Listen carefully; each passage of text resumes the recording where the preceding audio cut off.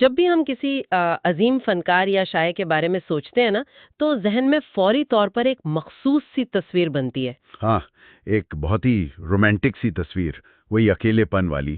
بالکل، مطلب ایک خاموش کمرہ ہو، میز پر بکھرے ہوئے کاغذ ہوں، دھواں اڑاتا ہوا کافی کا مگ ہو، اور دنیا کے شور سے بالکل دور ایک شخص جو بس اپنے خیالوں کی دنیا میں گھوم رہا ہے۔ صحیح کہا، جسے عام زندگی کی چھوٹی فکر نہیں ستاتی، جیسے بچوں کی فیس یا بجلی کا بل۔ ہاں، یا دوپہر کے کھانے میں کیا پکے گا۔ ہم نے شاید یہ مان لیا ہے کہ بہترین ادب صرف فراغت اور فرصت کا ہی نتیجہ ہوتا ہے۔ یہ واقعی ایک بہت ہی گھسے پٹے اور کتابی قسم کا تصور ہے جو صدیوں سے تخلیقی لوگوں کے ساتھ جوڑ دیا گیا ہے۔ ہمیں لگتا ہے کہ آرٹ اور عام گھریلو زندگی یہ دو بالکل متضاد راستے ہیں۔ جی، جیسے اگر کوئی فنکار گھر کے کاموں میں الجھ گیا نا تو اس کی تخلیقی آگ بجھ جائے گی۔ لیکن تب کیا ہوتا ہے جب یہ تصویر بالکل الٹی ہو جائے، جب ایک عظیم شاہکار کسی ساؤنڈ پروف اسٹوڈیو میں نہیں بلکہ بچوں کی پرورش اور گھر کی ان گنتی ذمہ داریوں کے بیچ تخلیق ہو۔ اور وہ بھی بھیڑ بھری کلاس رومز کے درمیان۔ بالکل، زندگی کی کشمکش سے چرائے ہوئے چند لمحوں میں۔ آج کی ہماری اس تحقیقی گفتگو کا مرکز کچھ ایسی ہی ایک حیرت انگیز اور بہو رخی شخصیت ہیں، ڈاکٹر انیس سلطانہ۔ بہت بڑا نام ہے۔ جی، آج ہم ان کی زندگی، ان کے ادبی سفر اور خاص طور پر ان کی شاعری پر نموار ناقد عشرت قادری کی لکھی ہوئی تحریر کا نہایت گہرائی سے جائزہ لیں گے۔ ہمارا مقصد یہ سمجھنا ہے کہ کیسے انہوں نے ڈھیروں مصروفیات کے بیچ بناوٹ سے پاک اور زندگی کی حقیقتوں سے جڑا خالص ادب تخلیق کیا۔ دیکھیں، یہی وہ مقام ہے جہاں حقیقت کسی بھی افسانے سے زیادہ دلچسپ اور سبق آموز ہو جاتی ہے۔ واقعی ڈاکٹر انیس سلطانہ کی زندگی اس بات کا عملی ثبوت ہے کہ سچائی، لگن اور اظہار کی سچی تڑپ کے آگے کوئی بھی مصروفیت یا تھکن رکاوٹ نہیں بن سکتی۔ بالکل صحیح، لیکن اس گہرے جائزے میں آگے بڑھنے سے پہلے اس محرک کا ذکر کرنا بہت ضروری ہے جس کی وجہ سے آج ہم اس موضوع پر بات کر رہے ہیں۔ جی ہاں، ہماری ٹیم کی کوشش۔ جی، دراصل خوشی نہ غمی ٹیم کا ایک بہت ہی بہترین مقصد ہے۔ اس ٹیم کی ہمیشہ یہ کوشش ہوتی ہے کہ کسی بھی ادیب یا مصنف کی سالگرہ پر ان کے شاندار کام کو نئی نسل کے سامنے لایا جائے، تاکہ ہمارا جو ادبی ورثہ ہے وہ محفوظ رہے۔ صحیح کہا، لیکن مسئلہ یہ ہے کہ ٹیم کے پاس وسائل نہایت کم ہے۔ اتنی وسیع ادبی تاریخ میں ہر مصنف کی سالگرہ کا علم رکھنا کسی ایک ادارے کے بس کی بات تو نہیں ہے نا؟ ظاہر ہے، بالکل ممکن نہیں ہے۔ اس لیے سننے والوں کی رہنمائی اس سفر میں بہت بنیادی کردار ادا کرتی ہے۔ جی، اور آج کی اس تحقیق کا آغاز بھی ایسے ہی ایک سننے والے فاروق خان صاحب کی فراہم کردہ معلومات سے ہوا۔ ارے واہ! ہاں، جنہوں نے بتایا کہ ڈاکٹر انیس سلطانہ صاحبہ کی یوم پیدائش 2 جولائی 1941 ہے اور اردو ادب میں ان کا ایک بڑا اور اہم مقام ہے۔ تو سننے والوں کی اس مسلسل رہنمائی کا بے حد شکریہ۔ میں سمجھتا ہوں کہ ایسے ہی ادب دوست اور باذوق افراد دراصل اس کوشش کی اصل طاقت ہیں۔ بالکل۔ ادب کی تاریخ کو زندہ رکھنا ایک اجتماعی ذمہ داری ہے۔ تو چلیے ڈاکٹر انیس سلطانہ کی زندگی کے اس ابتدائی سفر کی طرف چلتے ہیں جہاں سے اس کامیاب شخصیت کی تعمیر شروع ہوئی۔ ہاں، اگر ہم ان کے ابتدائی حالات پر نظر ڈالیں تو پتہ چلتا ہے کہ ان کی پیدائش بھوپال میں ہوئی۔ ان کے والد ریاض الدین اور والدہ حمیدہ سلطان تھیں، اور سب سے دلچسپ بات یہ ہے کہ ان کی ابتدائی تعلیم سے لے کر اعلیٰ تعلیم تک کا سارا سفر وہ بھوپال میں ہی طے ہوا۔ یہ اپنے آپ میں ایک بہت اہم پوائنٹ ہے۔ جی، ان نے 1964 میں ایم اے اردو کیا، پھر 1968 میں ایم اے فارسی، اور اس کے بعد برکت اللہ یونیورسٹی سے 1973 میں پی ایچ ڈی کی ڈگری حاصل کی۔ کمال ہے۔ اور پھر تدریس کی طرف آئیں؟ بالکل، پھر تدریسی زندگی کا آغاز گرلز سلطانیہ اسکول سے ہوا، پھر ایم وی ایم کالج اور اجین کی گرلز کالج میں انہوں نے پڑھایا، اور آخر میں وہ 2001 میں ایم وی ایم کالج بھوپال سے ہی بحیثیت صدر شعبہ اردو یعنی ہیڈ آف ڈپارٹمنٹ سبکدوش ہوئیں۔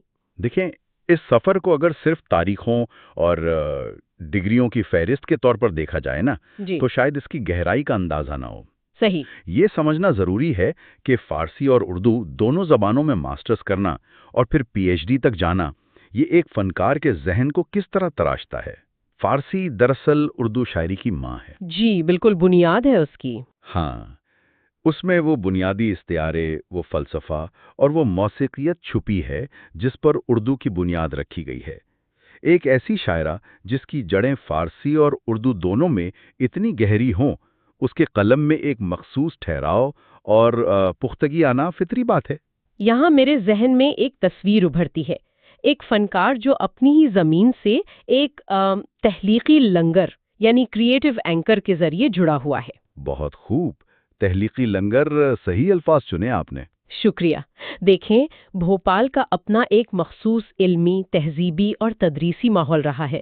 ایک ہی شہر کی مٹی میں پیدا ہونا، وہیں پڑھنا اور وہیں ہزاروں طلبہ کو علم کا سایہ فراہم کرنا۔ جی، میرا سوال آپ سے یہ ہے کہ اس مسلسل ایک ہی تہذیبی مرکز سے جڑے رہنے نے ان کی شخصیت اور قلم دونوں کو کس طرح متاثر کیا ہوگا؟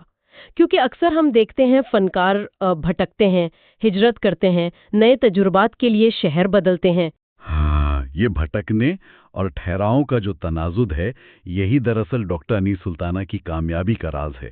جب آپ ایک ہی تہذیبی مرکز میں بڑے ہوتے ہیں اور وہیں پروان چڑھتے ہیں تو آپ کی جڑوں کو بار بار اکھاڑ کر نئی جگہ لگنے کا عذاب نہیں سہنا پڑتا۔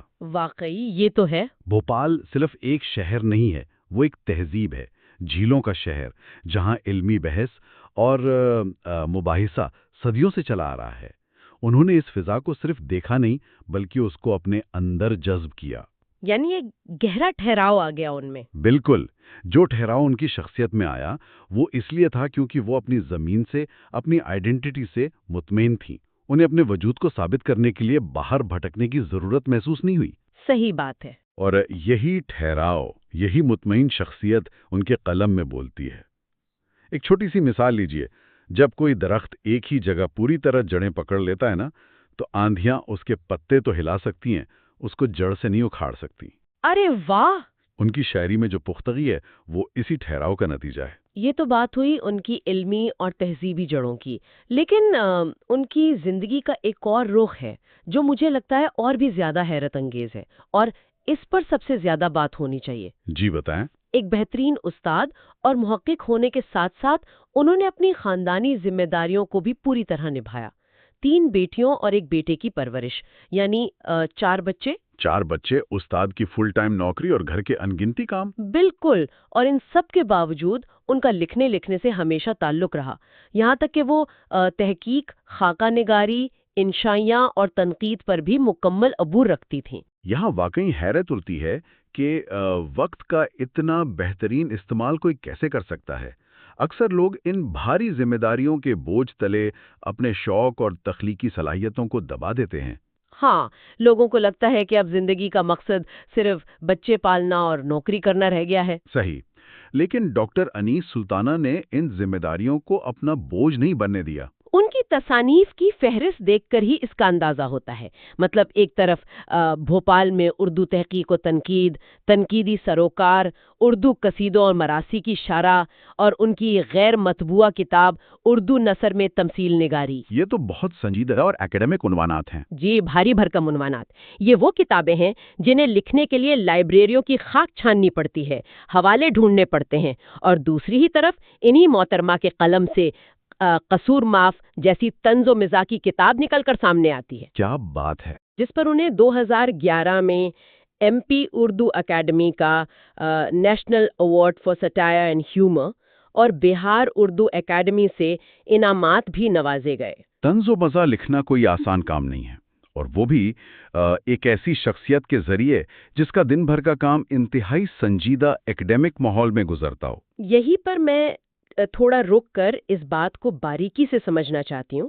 دیکھیں، ایک طرف 4 بچوں کی ذمہ داری، کالج میں ایچ او ڈی کی پوزیشن، تھیسس پڑھنا، امتحانات کی کاپیز چیک کرنا، جی، اور دوسری طرف قصور معاف۔ کیا میں یہ سوچ سکتی ہوں کہ ان کا یہ طنز و مزاح اصل میں ان کی اس بھاری بھرکم اکیڈمک زندگی اور روزمرہ کے ڈھیروں کاموں کے بوجھ کو کم کرنے کا ایک ذریعہ تھا؟ ایک اسکیپ کی طرح۔ ہاں، جیسے کوئی پریشر کوکر کی سیٹی، ایک اسکیپ ویلو یا پھر یہ سوچیں کہ بچوں کے شور شرابے سے فرار حاصل کرنے کا طریقہ تھا؟ اب دیکھیں، میں آپ کی اس بات سے تھوڑا اختلاف کروں گا۔ اچھا۔ یہ ایک عام خیال ہے کہ مزاح ایک اسکیپ یا فرار ہوتا ہے، لیکن دراصل ایسا نہیں ہے۔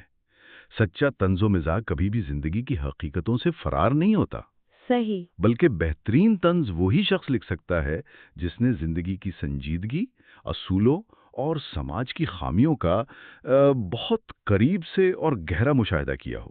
ایک استاد کی نظر سے۔ بالکل۔ ڈاکٹر انیس سلطانہ ایک استاد تھیں۔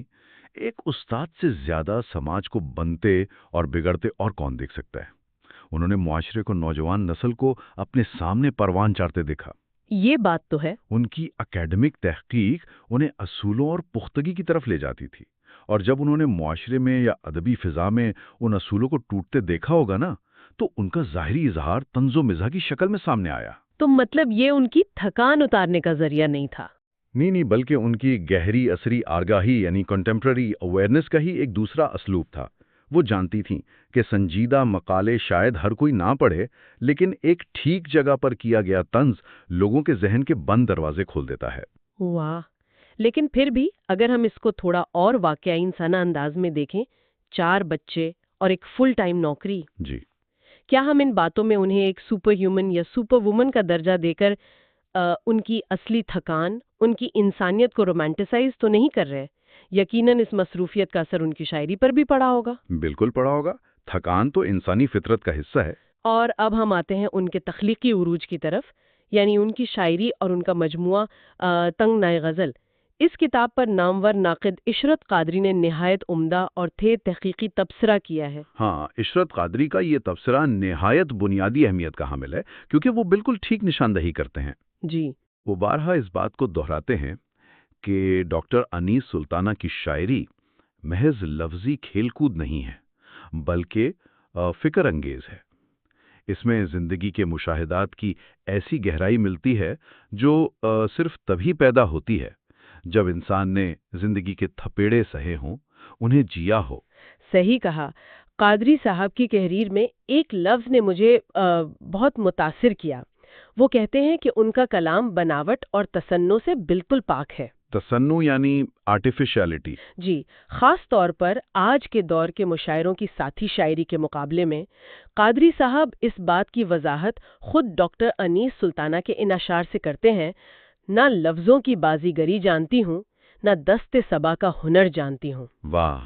زمین اور آسمان کے قلابے ملانے کے بجائے وہ کہتی ہیں کہ میں سیدھی اور سچی بات جانتی ہوں۔ اور اس سے اگلا مصرع بھی سنیے: نہ واقف ہوں صنعتکاری سے، مگر میں دلوں میں اترنے کا فن جانتی ہوں۔ کیا کہنے! یہ اشعار ان کی پوری تخلیقی زندگی کا نچوڑ ہیں۔ وہ اعلان کر رہی ہیں کہ انہیں جھوٹے اور کھوکھلے الفاظ کے ذریعے مجمع لوٹنے کا کوئی شوق نہیں ہے۔ صحیح کہا آپ نے۔ اس تصنع سے پاک ہونے والی بات کو میں آج کے انسٹاگرام اور سوشل میڈیا والے دور کی ایک انفلٹرڈ پکچر سے تشبیہ دینا چاہوں گی۔ بہت اچھی مثال ہے۔ دیکھیں، آج کل ہر تصویر، ہر ویڈیو پر ایک فلٹر لگا ہوتا ہے تاکہ چیزیں جیسی ہیں نا اس سے زیادہ خوبصورت، بے داغ اور رنگین نظر آئیں۔ جی بالکل، سب کچھ پرفیکٹ دکھانا ہوتا ہے۔ یہی حالت ہم نے شاعری کی بھی کر دی ہے۔ آج کے مشاعروں کی اکنامکس اور سوشیولوجی پر غور کریں۔ شاعر کو پتہ ہوتا ہے کہ سٹیج پر کس لفظ پر تالی بجے گی، آواز کو کتنا کھینچنا ہے، ترنم میں کتنا درد پیدا کرنا ہے کہ آگے بیٹھے ہوئے لوگ واہ واہ کر اٹھیں۔ ہاں بالکل۔ لیکن یہاں ڈاکٹر انیس سلطانہ کے ہاں بالکل اصلیت دکھائی دے رہی ہے، بنا کسی فلٹر یا لفظی میک اپ کے۔ صحیح بات ہے۔ میرا آپ سے سوال یہ ہے کہ ایک شاعرہ کے لیے، وہ بھی ایک ایسے دور میں جہاں مشاعرے کی تالیوں اور فوری داد کی کشش بہت اسٹرانگ ہوتی ہے، ایسی سستی شہرت سے بچ کر ایسی سنجیدہ، فکر انگیز اور خالص شاعری پر قائم رہنا، یہ ایک فنکار کے لیے کتنا مشکل فیصلہ ہوتا ہے؟ میرا ماننا ہے کہ یہ فیصلہ کرنا اور پھر ساری عمر اس پر قائم رہنا کسی پہاڑ توڑنے سے کم نہیں۔ واقعی؟ ہر فنکار چاہے وہ کتنا ہی عظیم کیوں نہ ہو، اس کے اندر داد کی، اپریسیشن کی ایک فطری بھوک ہوتی ہے۔ مشاعرہ ایک ایسی جگہ ہے جہاں فنکار اور عوام کا فوری ٹکراؤ ہوتا ہے، امیڈیٹ فیڈ بیک ملتا ہے وہاں۔ ہاں، فوری تالیاں ملتی ہیں۔ اگر آپ تھوڑی سی لفظوں کی بازیگری کریں گے نا اور رونے دھونے والی آواز نکالیں گے تو مجمع جھوم اٹھے گا اور آپ راتوں رات سٹار بن جائیں گے۔ لیکن ڈاکٹر انیس سلطانہ کا ویژن اس فوری کشش سے بہت آگے کا تھا۔ بالکل۔ انہوں نے فیصلہ کیا کہ ان کا کام ساتھی جذبات سے کھیل کر لوگوں کا دل بہلانا نہیں ہے، بلکہ ان کے ذہنوں کو جھنجھوڑنا ہے۔ اور واقعی انہوں نے جھنجھوڑا ہے۔ جب کوئی مصنف اپنی تخلیق کے ساتھ اتنا صادق ہوتا ہے تو وہ جانتا ہے کہ شور و غل میں اس کی آواز شاید کم لوگوں تک پہنچے، لیکن جن تک پہنچے گی نا ان کی روح میں اتر جائے گی۔ یہ ایک انتہائی باوقار، بہادرانہ اور خود اعتمادی سے بھرا ہوا ادبی رویہ ہے۔ اور شاید اس خود اعتمادی کی ایک اور وجہ یہ تھی کہ ان کی شاعری کسی آرام دہ ماحول میں پیداوار نہیں لے رہی تھی۔ جی بالکل، وقت کہاں تھا ان کے پاس؟ وہی نا، جیسے ہم نے پہلے اس سپر وومن والی بات کی، ان کے پاس وقت کی سہولت ہی کہاں تھی۔ یہ شاعری تو ان گھریلو مصروفیات، دن بھر کی تدریس اور زندگی کی روزمرہ کشمکش سے چرائے ہوئے لمحات کا نتیجہ تھی۔ صحیح کہا۔ اس چرائے ہوئے لفظ پر مجھے ان کا ایک اور شعر یاد آ رہا ہے جو عشرت قادری نے کوٹ کیا ہے۔ یہ شعر میرے دل میں اتر گیا۔ یاد کی تنگ وادیوں سے گھرے چند لمحے چرا کے لائی ہوں، واہ! تیری دہلیز کے سجانے کو خواب کتنے سجا کے لائی ہوں۔ ذرا اس شعر کی ساخت پر غور کیجئے۔ لفظ چرا کے لائی ہوں اس پوری تحقیق کا سب سے بڑا مرکز ہے میرے خیال میں۔ جی بالکل۔ انسان کوئی چیز کب چراتا ہے؟ جب اس تک اس کی آسان رسائی نہ ہو اور وہ چیز اس کے لیے انتہائی قیمتی ہو۔ بہت خوب۔ ڈاکٹر انیس سلطانہ کے لیے سب سے قیمتی چیز وقت تھا، جو ان کے پاس بالکل نہیں تھا۔ ایک ماں، ایک استاد، ایک ریسرچر، انہوں نے وقت کی اس کمی کے آگے ہتھیار نہیں ڈالے۔ جی۔ انہوں نے اپنی تخلیقی آگ کو زندہ رکھنے کے لیے چھوٹی چھوٹی فرصتیں تلاش کی۔ رات کے اندھیرے میں یا کالج کی بریک کے دوران انہوں نے اپنی تھکن کو اپنی مایوسی نہیں بننے دیا، بلکہ مزاحمت کی۔ بالکل۔ ان غمگیر مصروفیات اور تھکن کے باوجود ان کی شاعری نے کبھی قاری کو مایوس ہونا نہیں سکھایا۔ صحیح بات ہے، ان کے ہاں مایوسی نہیں ہے۔ عشرت قادری بڑی خوبصورتی سے واضح کرتے ہیں کہ ان کی غزلوں میں عصری آگاہی یعنی نئے زمانے کے مسائل و حساسیت پوری طرح موجود ہے، اور ساتھ ہی امید کی ایک کرن بالکل واضح ہے۔ جی ہاں۔ جیسے ان کا یہ شعر، وہ یقین پھر کسی چہرے پہ نظر آئے گا جو میرے خواب کی تعبیر سنا جائے گا۔ اس شعر کو پڑھ کر میرے ذہن میں ایک کنیکٹنگ ڈاٹ ملتا ہے۔ اچھا، وہ کیا؟ ایک طرف وہ ٹریڈیشنل رول نبھا رہی ہیں، دوسری طرف ان کے پاس فارسی اور اردو کی پختہ روایتی تعلیم ہے، جس کا ہم نے شروع میں ذکر کیا تھا۔ پھر ان پر نئے زمانے کے الجھے ہوئے پیچیدہ مسائل کا مشاہدہ ہے۔ جی۔ کیا میں یہ نتیجہ نکال سکتی ہوں کہ ان کی اس کلاسیکل اور روایتی تعلیم نے ہی دراصل انہیں وہ تخلیقی ہتھیار فراہم کیے جس کی بدولت وہ اپنے نئے زمانے کے تباہ کن مسائل کو اتنی شائستگی، امید اور موسیقیت کے ساتھ بیان کر سکیں؟ یہ آپ نے بہت عمدہ کنیکشن جوڑا ہے۔ اسے دراصل پرانے پیالے میں نئی شراب پیش کرنے کا عمل کہتے ہیں۔ اچھا۔ جب آپ کے پاس فارسی اور اردو کی اعلیٰ کلاسیکل تعلیم ہوتی ہے نا، تو آپ کے پاس استعاروں یعنی میٹافرز، تشبیہات اور لفظیات کا ایک عظیم اور گہرا خزانہ ہوتا ہے۔ جی بالکل۔ غالب میر اور بیدل کا مطالعہ فنکار کو سکھاتا ہے کہ دکھ کو، تکلیف کو یا موجودہ دور کے کھوکھلے پن کو چیخو پکار کے بغیر شائستہ اور پروقار انداز میں کیسے بیان کیا جا سکتا ہے۔ واقعی۔ نئے زمانے کے مسائل جیسے لوگوں کے دلوں میں بڑھتی ہوئی دوریاں یا نفسا نفسی بہت بیہودہ ہیں، لیکن انہوں نے ان گندے اور بیہودہ مسائل کو بیان کرنے کے لیے کلاسیکل زبان کی چاشنی کا استعمال کیا۔ صحیح۔ یہی وجہ ہے کہ ان کی آواز میں شکوہ تو ہے، عصری آگاہی تو ہے، لیکن چیخ نہیں ہے، ایک امید ہے۔ یہ واقعی ایک فنکار کے لیے انتہائی مشکل مقام ہے جسے انہوں نے پوری کامیابی سے سر انجام دیا۔ تو اگر ہم اس تفصیلی اور گہرے جائزے کا خلاصہ نکالیں تو ڈاکٹر انیس سلطانہ کی زندگی اور ان کا تحقیقی اور ادبی سفر اس بات کا زندہ ثبوت ہے کہ سچے لگن، ارادے اور آگاہی سے زندگی کی چھوٹی بڑی ڈھیروں مصروفیت کے بیچ بھی عظیم اور خالص ادب تخلیق کیا جا سکتا ہے۔ اور ان کا یہ سفر اس مخصوص کتابی سوچ کو ہمیشہ کے لیے دفن کر دیتا ہے کہ عورت صرف گھریلو الجھنوں اور چھوٹی فکروں میں الجھ کر رہ جاتی ہے۔ بالکل صحیح کہا آپ نے۔ انہوں نے اپنی مصروفیت کو بہانہ نہیں بنایا، بلکہ اسے ایک آگاہی بنایا اور اسی میں سے اپنے تخلیقی اظہار کا راستہ ڈھونڈ نکالا۔ ایک بار پھر ہم اس بات کا اعتراف کرتے ہیں کہ خوشینہ غمی ٹیم کی انتھک کوششوں کے بغیر اس ادبی ورثے کو ٹٹولنا ناممکن تھا۔ واقعی ان کا بڑا کردار ہے اس میں۔ ٹیم کا یہ عظیم مقصد کہ ہر ادیب کی سالگرہ پر انہیں سامنے لایا جائے واقعی قابل ستائش ہے، اور کیونکہ وسائل کم ہیں اور ہر فنکار کی معلومات جمع کرنا مشکل ہے، اس سفر میں سننے والوں کا کردار بہت اہم ہو جاتا ہے۔ جی بہت اہم ہے۔ تمام سننے والوں سے یہ گزارش ہے کہ جس طرح فروخ خان صاحب کی رہنمائی پر آج ہم نے ڈاکٹر انیس سلطانہ کے بارے میں اتنی نایاب باتیں جانی ہیں، وہ سبھی اسی طرح بھوپال کے دیگر ہندی اور اردو رائٹرز کے بارے میں تفصیلات ان کی تصویروں کے ساتھ ان باکس میں ضرور بھیجیں۔ یہ ہماری اجتماعی ذمہ داری ہے۔ بالکل، اگر ذہنوں کو روشن رکھنا ہے اور ادبی تاریخ کو نئے دور تک پہنچانا ہے تو یہ اجتماعی کوششیں ہی آگے چل کر نتیجہ خیز ثابت ہوتی ہیں۔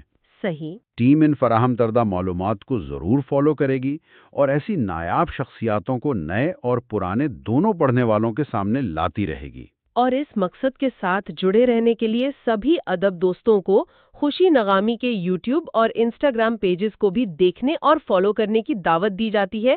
وہاں ایسی اور بھی بہت سی تحقیقی کوششیں اور ادبی خزانے دستیاب ہیں۔ یہی وہ پلیٹ فارمز ہیں جہاں ماضی اور حال کا پل بنتا ہے، اور ان تحقیقی گفتگوؤں کا اصل مقصد صرف معلومات فراہم کرنا نہیں بلکہ فکر کے نئے دروازے کھولنا بھی ہے۔ تو اس ڈیپ ڈائیو کو ختم کرنے سے پہلے ذہن میں اٹھنے والے ایک آخری اور شاید سب سے چبھن والے سوال پر غور کرنا بہت ضروری ہے۔ جی ہونے کی بھاری پوری ذمہ داریوں کے بیچ اپنے لیے چند لمحے چرا کر اتنا بڑا، اتنا خالص اور اتنا اثر انگیز کام کر سکتی ہیں، تو ہم آج کے اس شور و غل اور تیز ترین دور میں اپنی کن تخلیقی اور سچی آوازوں کو صرف اپنی مصروفیت اور تھکن کا بہانہ بنا کر دبا رہے ہیں؟ ایک بہت ہی گہرا سوال ہے یہ۔ وہ کون سا شاہکار ہے، وہ کون سی سچائی ہے جو کسی خاموش اسٹوڈیو یا برسوں کی فرصت کا نہیں بلکہ روزمرہ کی مصروف زندگی میں سے چرائے ہوئے ان صرف 5 منٹ کا انتظار کر رہی ہے؟ واقعی سوچنے کی بات ہے۔ یہی وہ چبھتا ہوا سوال ہے جس پر ہم سب کو غور کرنا چاہیے۔ آج کی اس تحقیقی گفتگو میں شاملیت کا بہت شکریہ۔